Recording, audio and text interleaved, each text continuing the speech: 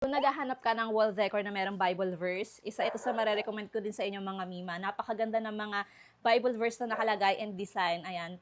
Laminated siya, wood laminated. Ganyan sa likod do. Tapos meron pa siyang pinaka-plastic dito mga mima na pwede nyo tanggalin. Ayan. Ang ganda ng mga nakalagay. Bali, ang size nito is 20 by 30 cm. Meron siyang tatlong size. Ito yung mga Bible verse na napili ko dito sa 20 by 30 cm.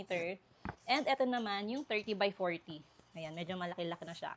Ang ganda, di ba? Nakit ng kanyang design, no? I can do all things through Christ who strengthens me. Maganda siyang ipang-display sa loob ng kwarto natin, sa prayer corner, sa church, and sa mga merong small businesses dyan. Mag-display kayo ng ganitong wall decor na merong Bible verse. Kaya, mga favorite Bible verse ko to mga mima.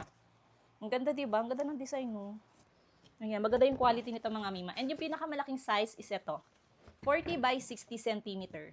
Ayan. Madami pa kayong pwedeng pagpilian nito mga mima. Kaya kung naghanap kayo ng ganitong klaseng wall decor, ilalagay ko yung link kung saan ko siya na-order.